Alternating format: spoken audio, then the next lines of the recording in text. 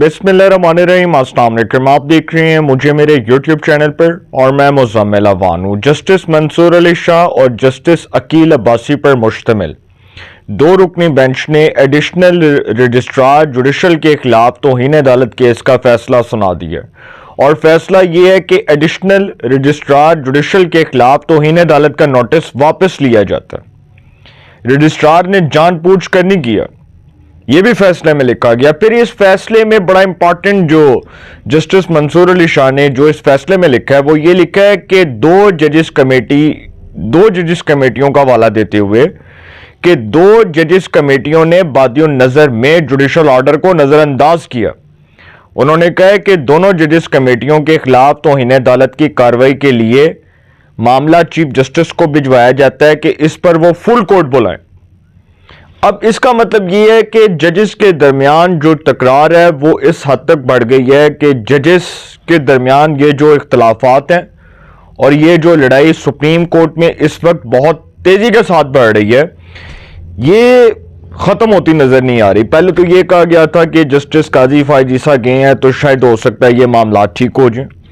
Justice काजी फायज ईसा साहब ने अदलिया के अंदर जो रवायत कायम की थी वो ये थी कि वो जो प्रोजेक्ट के तहत लॉन्च किए गए जजेस थे जिनको एक मकसद के तहत लाया गया था, बहुत से लोगों का जस्टिस काजी फायज ईसा साहब को पता था कि वो किस मकसद के तहत आए हैं और उनके असल मकासद क्या हैं।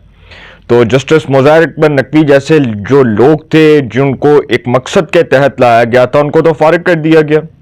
उनके खिलाफ एक रेफरेंस था और उनके खिलाफ जो रेफरेंस था वो आमदन से ज़ायदा सासों का था। दूसरे जो जज साहब हैं जस्टिस एजाजुल हसन साहब, उनके खिलाफ वन कॉन्स्टिट्यूशनल एवेन्यू का रेफरेंस था, वो खुद इस्तीफा दे के चले गए।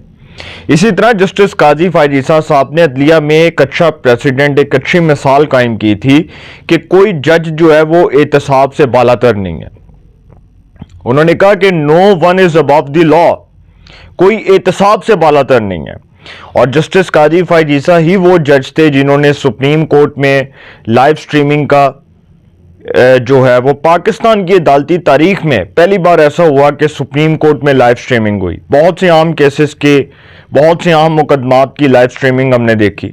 तो अब सर मामलात कहीं और जा रहे हैं और जस्टिस मंसूर अली शाह ने जो फैसला दिया है एडिशनल रजिस्ट्रार जुडिशल केस के अंदर, उसमें तो उन्होंने कहा है कि जी तौहीन अदालत का नोटिस वापस लिया जाता है। जस्टिस अकील अब्बासी पर मुश्तमिल दो रुकनी बेंच, एक जस्टिस मंसूर अली शाह जो एक जस्टिस अकील अब्बासी। दूसरा मामला 26वीं आईनी तरमीम का मुस्तकबिल क्या होगा।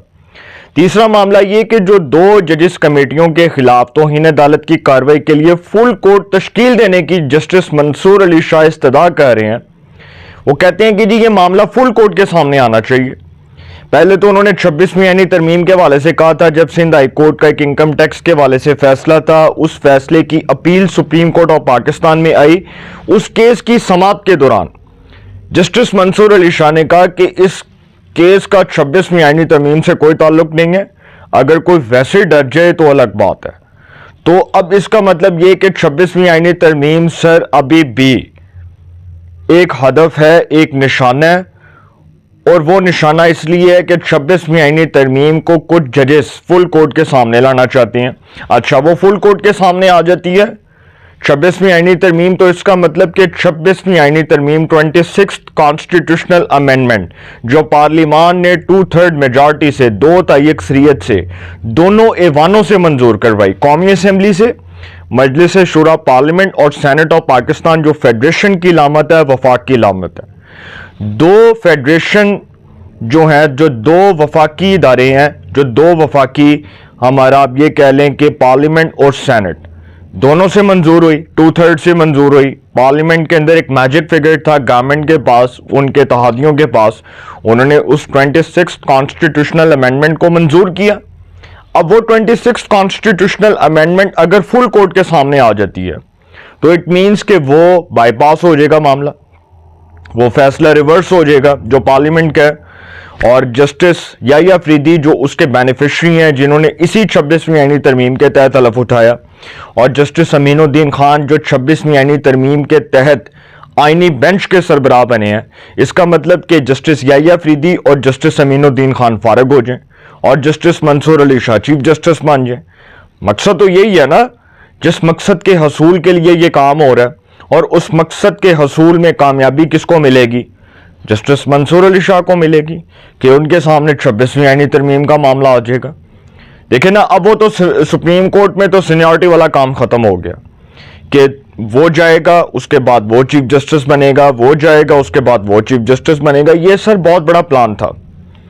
और जस्टिस मियां साकब निसार से लेकर अब तक जो पाकिस्तान की जुडिशल हिस्ट्री में होता रहा, मैं माजी की तो खैर बात नहीं करता, जस्टिस मियां साकब निसार साहब के दौर से ये जुडिशल इंजीनियरिंग का आगाज़ हुआ और किस तरह से नवाज शरीफ साहब को फारग किया गया, फिर वो लाइक माइंडेड जजेस लाए गए, फिर वो आसफ सईद कोसा, साकब निसार, उसके बाद गुलजार, उमर अता बंदियाल।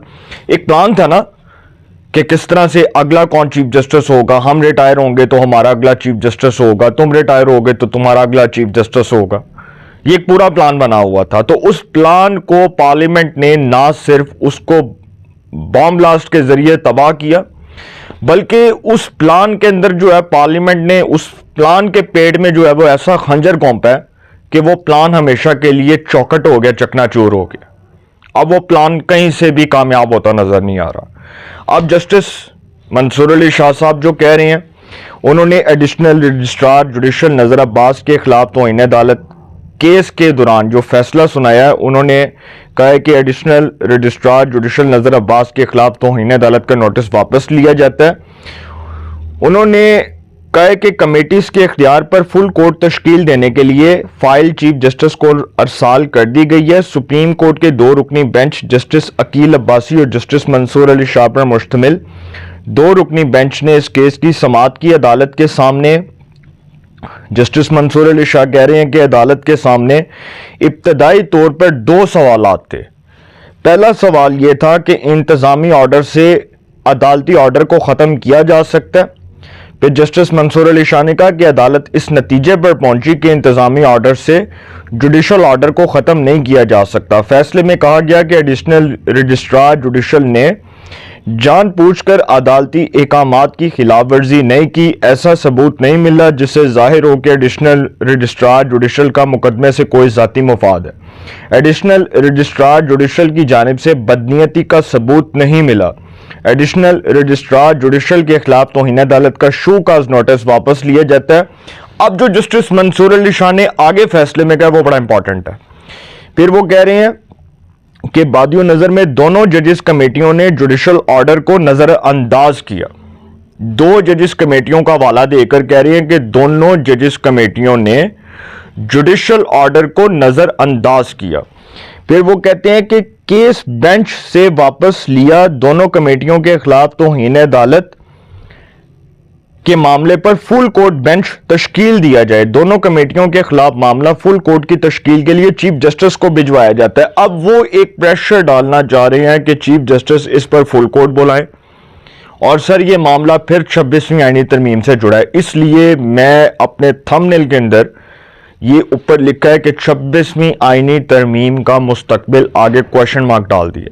सवाल है कि क्या है, और 26वीं आईनी तरमीम का मुस्तकबिल यही है कि 26वीं आईनी तरमीम हो गई, पार्लियामान ने 2/3 से कर ली, चीफ जस्टिस ने उसके तहत हलफ उठा लिया, सुप्रीम कोर्ट में सीनियरिटी का असूल ख़त्म हो गया, सुप्रीम कोर्ट में एक आईनी बेंच बन गया, आईनी बेंच आईनी मुकदमात की समाअत करेगा, जस्टिस मंसूर अली शाह साहब को कुछ नहीं मिलेगा। बस ये बात है, और तो सर कुछ नहीं है। अब इसमें अगर कोई कुछ निकालना चाहता है या अगर कोई चाहता है कि 26वीं आईनी तरमीम से कुछ निकाल लिया जाए तो सर वो कुछ नहीं निकलेगा। सुप्रीम कोर्ट में पीटीआई ने दरख्वास्त दी है और वो दरख्वास्त में मौक़िफ़ ये इख्तियार किया गया कि 26वीं आईनी तरमीम को कलअदम करार दिया जाए। सुप्रीम कोर्ट में इस बुनियाद पर 26वीं आईनी तरमीम को तहरीक इंसाफ ने चैलेंज किया कि उसको कलअदम करार दिया जाए। एक तरफ ये कलअदम करार देने की बात कर रहे हैं, दूसरी तरफ जो सुप्रीम कोर्ट के ही जज हैं वो चाहते हैं कि मामला फुल कोर्ट में लाया जाए और वो फुल कोर्ट बैठे और वो फुल कोर्ट बैठकर इसको फारग करते हैं।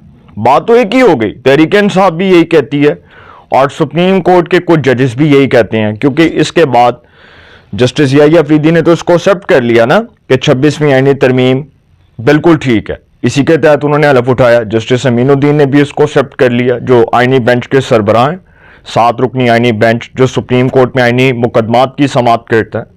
तो सर 26वीं आईनी तरमीम का मुस्तकबिल खतरे में नहीं है, मामला बिल्कुल क्लियर है और कोई घबराने की जरूरत नहीं है। हाँ, एक चीज जो बड़ी इंपॉर्टेंट है कि हमेशा के लिए उन लोगों का रास्ता जो है वो बंद हो चुका है जो बाईपास करके लोगों का हक मार के आगे आते थे, उनका रास्ता हमेशा के लिए बंद हो गया। अपनी राय का कमेंट्स में जरूर इज़हार कीजिएगा। इंशाल्लाह एक नए सेगमेंट के साथ पे मुलाकात होगी। अपना बहुत ख्याल रखिएगा। अल्लाह ने के पास।